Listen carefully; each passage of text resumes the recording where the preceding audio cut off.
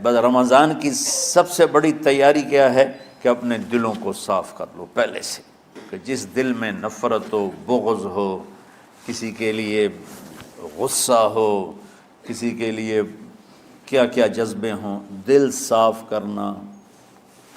ہمارے گھروں میں روزانہ جھاڑو ہوتا ہے، یہاں مدرسے میں روزانہ صفائی ہوتی کہ نہیں ہوتی؟ چونکہ دنیا کی اصل گندگی ہے تو جھاڑو ہاتھ سے نہیں چھوٹ سکتا۔ حرم شریف میں دیکھا کیسے چاروں طرف خدام پھر رہے ہوتے ہیں برش لے کر، تو دل پہ غبار ایسے آتا ہے جیسے صحن میں غبار آتا ہے، دل پہ گندگی ایسے آتی ہے جیسے صحن میں آتی ہے۔ تو ہم نے نظام بنایا ہوا ہے، لوگ مقرر ہیں وہ روزانہ جھاڑو دیتے ہیں۔ تمہارا دل ایک آنگن ہے، ایک صحن ہے، اس میں بغض، نفرت، حسد، پتہ نہیں کیا کیا گندگیاں آئیں گی اور آتی رہیں گی۔ بچوں ایک کام کرو، جھاڑو پکڑ لو، صاف کرو۔ یا اللہ معاملہ تجھ سے کرنا ہے، لوگوں سے نہیں۔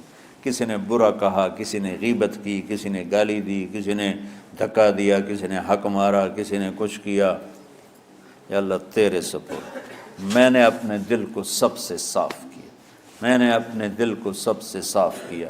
یہ اتنی بڑی عبادت ہے کہ بڑے بڑے نفلوں والے، تہجد والے، حج عمرے روزے والے تمہیں نہیں پکڑ سکیں گے، کیونکہ اس کا کرنے والا دنیا میں کوئی نہیں۔ نفل پڑھنے والے تو بے شمار ہیں، عمرے کرنے والے بے شمار ہیں، علماء بے شمار ہیں، حاجی بے شمار ہیں، سخاوت کرنے والے بے شمار ہیں، لیکن اس ٹکڑے کو صاف کرنے والا لاکھوں میں ایک بھی نہیں ہے۔ مشکل کام ہے، آپ یہ سیکھ لیں، صاف کرو، صاف کرو، صاف کرو۔ یہ رمضان کی سب سے بڑی تیاری اور علم کو حاصل کرنے کی سب سے بڑی چابی ہے کہ اپنے دل کو کھلا کر لو۔ کوئی چیز خالی ہوگی تو کچھ آئے گا۔ جس دل میں بغض بھرا ہو، نفرت بھری ہو، حسد بھرا ہو، کینہ بھرا ہو، اس میں خاک آئے گا، اس میں تو علم کی ایک کرن بھی نہیں آئے گی۔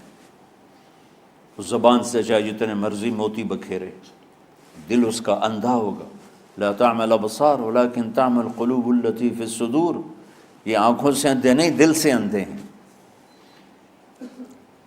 تو بچوں اپنے دل کو صاف کرنا سیکھو۔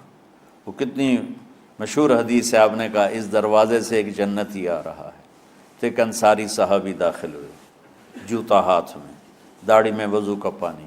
اگلے دن اس دروازے سے ایک جنتی آ رہا ہے، تو ایک صحابی آئے، ہاتھ میں جوتا، داڑھی میں وضو کا پانی، وہی صحابی۔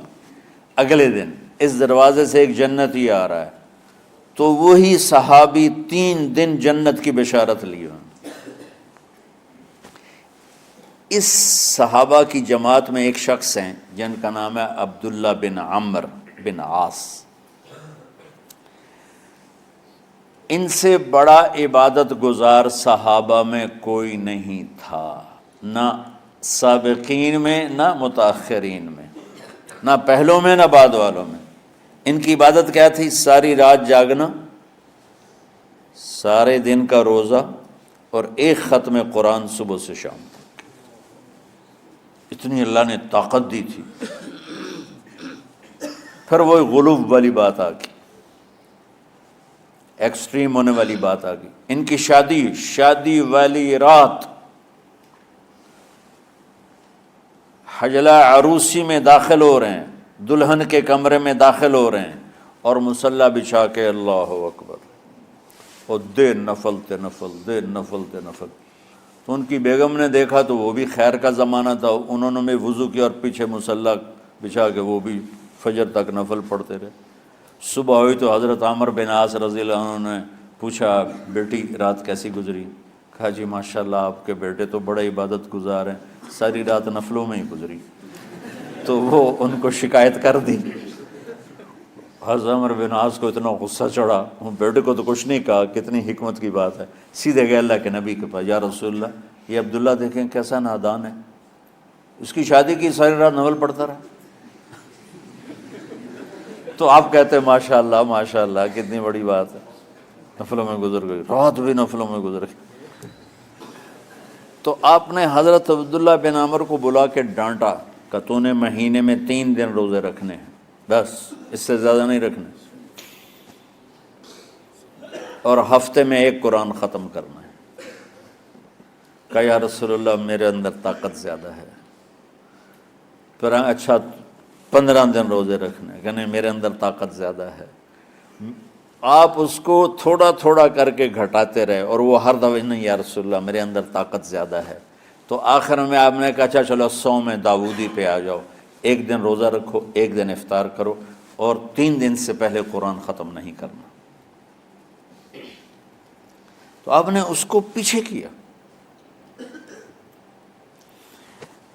یہ بیٹھے تھے اس محفل میں، ان کے دل میں آیا کیا یہ بزرگ مجھ سے زیادہ عبادت کرتا؟ رات میں ساری جاگتا ہوں، دن روزہ رکھتا ہوں، 1 ختم کرتا ہوں، تو جنت کی بشارت تو مجھے ملنی چاہیے تھی، ان کو کیسے مل رہی؟ یہ کسی کتاب میں نہیں لکھا کہ یہ ان کا جذبہ تھا، لیکن جو کہ میں ان کی سیرت کو جانتا ہوں تو مجھے خیال آتا ہے کہ ان کی نفسیات میں یہ بات آئی ہوگی، چونکہ صرف انہی کو خیال آیا کہ میں جا کے دیکھتا ہوں کہ یہ بزرگ کیا کرتے ہیں۔ تو ان کے پاس پہنچ گئے، چاچا ذرا، وہ ادھیڑ عمر تھے، چاچا وہ میرے ابا تھوڑے ناراض ہیں، تو کچھ دن آپ کے پاس گزار لوں؟ کا بیٹا بسم اللہ آ جاؤ۔ اب رات ہوتے ہی عشاء کی نماز پڑھ کے انہوں نے جلدی سے چادر اوپر لی اور یوں سراغ کر کے ان چاچے کو دیکھنے لگے ایسے کر کہ اب یہ کیا ساری رات سجدہ کرے گا، اور ساری رات روتے روتے روتے روتے مصلی گیلا ہو جائے گا، یا ساری رات رکوع کرے گا، ساری رات قیام کرے گا، ساری رات قرآن پڑھے گا، اس تصور سے یوں دیکھ رہے۔ اور وہ بزرگ صحابی تشریف لائے، سرانے پہ سر رکھا، اللہم بسمک اموت و احیا، ہو گئے۔ اب یہ دیکھ رہے ہیں ابھی اٹھیں گے، ابھی اٹھیں گے، ابھی اٹھیں گے، اٹھے نا، فجر کی اذان پہ اٹھے۔ اب یہ تو حیران پریشان ہو گئے کہ یہ کیا ہو؟ اس زمانے میں تو منافق تہجد نہیں چھوڑتے تھے ڈر کے مارے کہ پتہ نہ چل جائے ہمارے کفر کا، تو یہ چاچا جنت بھی لے گیا تو ستا بھی پیا کہ چلو کل دیکھوں گا۔ اگلی رات پھر چادر سر پہ کر کے اور یوں سوراخ کر کے لیٹے ہوئے اور دیکھ رہے۔ چاچا پھر تشریف لے اور سرانے پہ سر رکھا، اللہم بسمک اموت و احیا، ہو گئے۔ فجر کی اذان پہ اٹھے، یہ اور پریشان ہو گئے کہ میرا نبی کا فرمان تو سچا ہے، اس میں تو شک بھی کفر ہے، لیکن عمل کیا ہے جس پر اس کو جنت کی بشارت ملی؟ 2 رکعت نفل بھی نہیں۔ اور آج کے دور میں تم میں سے ماشاءاللہ اکثر بچے تہجد پڑھتے ہیں کہ 1 رات اور دیکھوں گا، تیسری رات اللہم بسمک اموت و احیا، ہو گئی ساری رات۔ تو تیسری رات پھٹ پڑے عبداللہ بن عمر، کہنے لگے چاچا میری ابا سے کوئی لڑائی نہیں تھی، 3 دن میں تیرے بارے میں سنتا رہا، جنتی جنتی جنتی۔ میں دیکھنے آیا تھا کہ آپ کیا کرتے ہیں، آپ تو کچھ بھی نہیں کرتے ہو، ساری رات سوتے رہتے ہو، اب کیا کرتے ہو؟ انہوں نے کہا بیٹا یہی ہے جو تم نے دیکھا ہے۔ اب ان کو سمجھ میں نہیں آ رہا کہ یہ جوڑ کیسے بٹھاؤں، ادھر جنت کی بشارت، ادھر ساری رات خراٹے، اب یہ اس میں جوڑ کیسے بٹھاؤں، کیونکہ نبی کی بات تو غلط ہو نہیں سکتی۔ تو اب وہ نا ایسے نا بڑے بے دل سے ہو کر واپس مڑے، پتہ نہیں کی چکر ہوئے گی کوئی گل۔ جب وہ دروازے تک پہنچے تو کہنے لگے بیٹا ادھر آنا، واپس آ گئے۔ کہا میں تمہیں اصل راز کی بات بتاتا ہوں۔ کہا کیا ہے کیا ہے؟ تو یہاں ہاتھ رکھا، کہا یہ جو دل ہے نا اس میں کسی انسان کی نفرت نہیں۔